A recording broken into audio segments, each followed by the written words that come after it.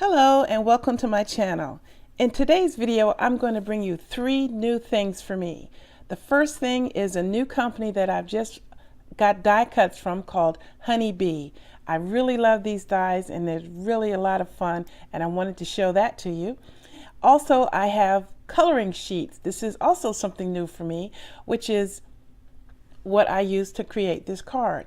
And finally, I'm going to be showing you some new alcohol marker for me. This is the Stampin Up Stampin Blends. So that's 3 new things for me, and I can't wait to share it with you.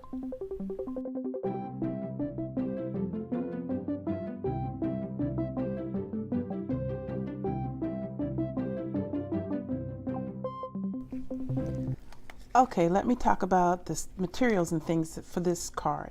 I'm using the Stampin Up Amazing You stamp set. This comes with matching dies, but I won't be using it for this card. And this is the die cut set that I got from Honeybee Stamps. It has 4 stamps, and in addition to punching out the word, it cuts out a shadow also. And they have several different styles of this, and I will do more videos showing some of their products later. But the best part about this company, in addition to the wonderful stuff, is when you buy something from them, you got a free stamp, and they called it a freebie. So I bought several things. So the first one, I got this little bee, which I thought was cute and adorable. And the second free thing, I got this little bee, and he has his own matching die cut. So this was just too cute, and I loved it, and I am going to be buying more things from this company. Also, tying right in with that, there was this wonderful little thank you insert in the packaging, which has the contact information for the company. But flipping this over, it was a color sheet, and I was like, oh my goodness, there's even more free stuff. And that ties back right into why I'm making a card today with color sheets. I'm not going to use the Honeybee color sheet in this, but I'm going to use one of these. I got a bunch of these. Some company, I don't remember who, they had different styles on clearance, and I got, I think 10 different packs. And this is Rasberry Suite is this one, designed by Dawn McVey. She is a stamper, and she has her own channel. I will link down to it below in the video. And she has some really wonderful techniques and helpful tools on her channel. And this is Make It, Market a la carte. So there's a lot of different color sheets available. And this one is florals, and they are just really, really, really nice. And I thought that it was now time for me to try my hand at these. So I pulled out one of the color sheets, and that's what this design is. Okay, I'm also going to be needing some rhinestones, of course, you know me, and some clear embossing powder. So let's get going with this. I'm going to start off by making my little bee. So I have 2 bees. One is going to be on the cardstock, and one is going to be floating. Well, 2 floating. So I want to make the floating bees first. So this is just going to be very simple stamping onto my cardstock, and I'm going to immediately dip it into the clear embossing powder so that I can get an embossed bee. And I'll repeat it for the next one. This is the best way for doing black embossing, using Versamark and clear embossing powder, because if you use black embossing powder, if you're not careful, you can get the stray bits of black all over the place, and it's not as nice a look for me. But this is a technique that I have illustrated many times on my channel. So I'm going to run this under my heat gun real quick, and I'll be right back. Now to talk about the markers, the Stampin Up Blendabilities. These are alcohol-based markers, and they are two-sided. There's a small end, you can tell because of the small line, and a large thick brush end, which has a thicker end. Alcohol markers tend to have a really tight seal because you don't want these to dry out. So you have to give it a little bit extra pull to get it open, and another extra pull to close it. So you need to listen for that snap when you close it, because if you put it away still open, your marker will dry out. The Stampin' Blends should be stored flat because the ink inside is going to keep both sides of the marker moist. They come in a pack of 2 generally, and it is a light and a dark of the 2 colors. And this is Pool Party. So this is light Pool Party and dark Pool Party. So you know automatically when you have these 2 together that they will go together very well and they will blend perfectly because they were designed to do that. If you didn't have three tones and you wanted to have a little bit more dimension, there's a lot of different inks in this Stampin' Up! Color family that will blend well together. In this case, I have a Bermuda Bay, which is a darker teal, because this is the lighter version of the Bermuda Bay, and this is the darker version of the Pool Party, and you could see the variation that you get. So I talked with my Stampin' Up! Demonstrator, Frances Martin, because as I said, this is my first venturing out to get these, and she gave me a lot of helpful tips, and I feel comfortable enough now to bring you a video using them. So I'm going to start off with the smaller flower. So I'm going to do it with the darker color to the lighter color because that is how she told it to me. So let's see how this goes. So I'm starting in the center of the flower, and I'm just going to do a couple of petals. Don't do too many with alcohol ink because you'll have a real hard time blending it. So now I'm going to bring in the medium tone and just do little small circles and blend it right out. And it blends beautifully. And now that I have that, I'm going to bring in the lighter color and go to the edge and then come back in and blend it. This is really, really simple, and it's actually very relaxing too. So you just blend it in once you get to the third color.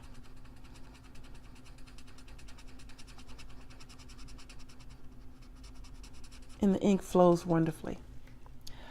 All right, I'm going to go and do all the rest of the flowers and play some music. Oh, I should tell you, don't do too many ahead of time because you don't want this ink to dry out. I know I said that once, but it's really super important, so I'm repeating it.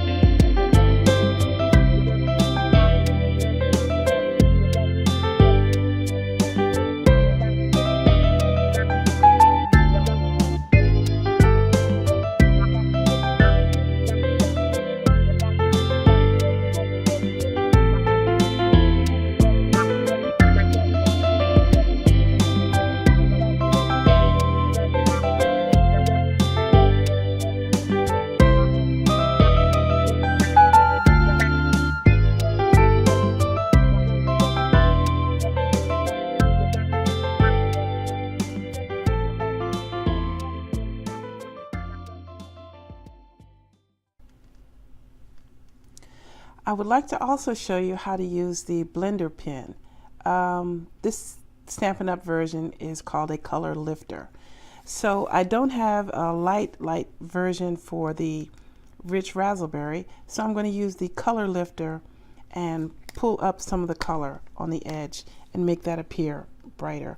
You can also use the color lifter if you've accidentally gone where you didn't want the ink to be, by it pushes the color away from itself.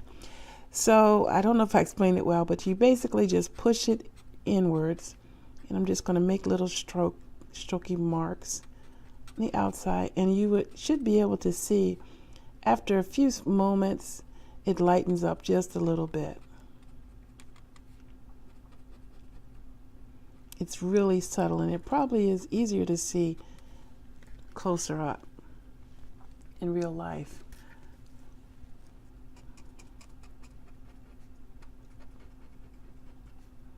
But that just adds a little bit of highlight to the edge of the petal for me. But you have to be sure that you go toward your work and not the other way, because it'll push the color. And if I went that way, it would push the color outside of the edge of the flower, and that's not what I want. So it's always easier to be a little bit cautious with this color lifter, because the lifting is delayed. So you may accidentally do a little bit more than you intended. So it's best to start with a little bit and then wait a few minutes to let the reaction happen and then move on. And this closes just like all the others. Now that my bees are dry, I'm going to attach it to the fun foam. That's what this is here. And then I'm going to run through my die cut machine and cut out the little bees. I'm also going to cut out the word congratulations out of the black strip, and I'm going to use the front mat, and I'm going to get the shadow for the congratulations. And I also have a piece of extra white so that I can get an additional shadow cut so that I can give it a little bit extra dimension. I may get, I know I'm going to cut one, and depending on how it looks, I might end up getting two. You can decide how much dimension you want that to have. You may want it to stick up a little bit more, then you just stack a little extra die cuts. But if you want just a two, then two will be enough. Now that I have the die cuts, I have already put the bees in my little thing here because I don't want to lose them. I have to do the more difficult task of separating all of these little bits from the main piece here. So I'm going to go right into the plate here so I don't lose anything, especially the little dot for the eye, because that is really small. Whoops. And I already don't see where that little dot went. Oh well, I may just say I'm not going to have that dot. And this is really, really delicate. Oh, it's still there. There we go. And now for the rest of the words and the little extra bits. If you were going to piece this back together, you really want to be sure that you don't lose any of the little sections. So going over a bowl is really, really helpful. All right, that is everything. And this last one.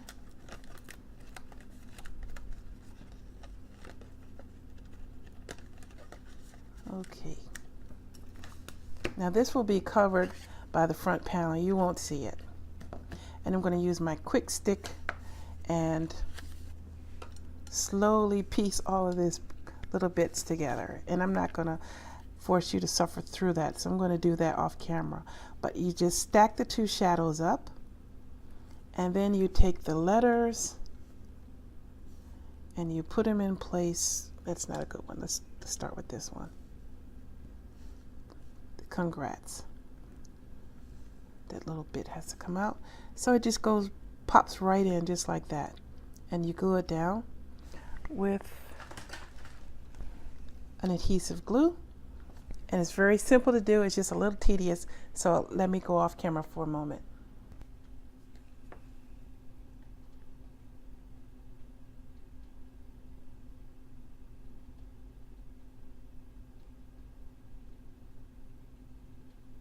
So I've done most of it, so now it's just a matter of getting this last little bit on there.